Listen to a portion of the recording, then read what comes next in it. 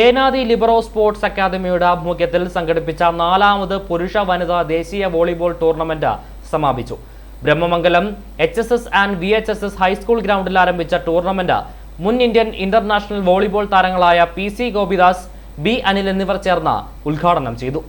സംസ്ഥാന ദേശീയ തലത്തിൽ പ്രഗത്ഭരായ നിരവധി വോളിബോൾ താരങ്ങളെ സംഭാവന ചെയ്ത ഏനാദി ലിബറോ സ്പോർട്സ് അക്കാദമിയുടെ ആഭിമുഖ്യത്തിൽ 4ാമത് പുരുഷ വനിതാ ദേശീയ വോളിബോൾ ടൂർണമെന്റിന് വൈക്കത്ത് തുടക്കമായി. Brahmamangalam HSS and VHSS high school ഗ്രൗണ്ടിൽ ആരംഭിച്ച ടൂർണമെന്റ് മുൻ ഇന്ത്യൻ ഇന്റർനാഷണൽ വോളിബോൾ താരങ്ങളായ PC ഗോപിദാസ്, B അനിൽ എന്നിവർ ചേർന്ന് ഉദ്ഘാടനം ചെയ്തു. ചെമ്പ് ഗ്രാമപഞ്ചായത്ത് പ്രസിഡന്റ് KJ സണ്ണി അധ്യക്ഷത വഹിച്ചു. Tournament committee chairman S Jayaprakash, assistant customs commissioner SA Madhu, Brahmamangalam school manager TR Sugathan, ത്രിതല പഞ്ചായത്ത് അംഗങ്ങളായ PS Pushpamani, Sukanya Sukumaran, Sarasakshi Sasheendran, Monu Haridas, Libero academy സ്ഥാപകൻ TC Gopi, convener KP Priyesh തുടങ്ങിയവർ പ്രസംഗിച്ചു. മുൻ വോളിബോൾ താരങ്ങളെയും ലിബറോയിലൂടെ കേരള ടീമിലെത്തിയ കായിക താരങ്ങളെയും ചടങ്ങിൽ അനുമോദിച്ചു.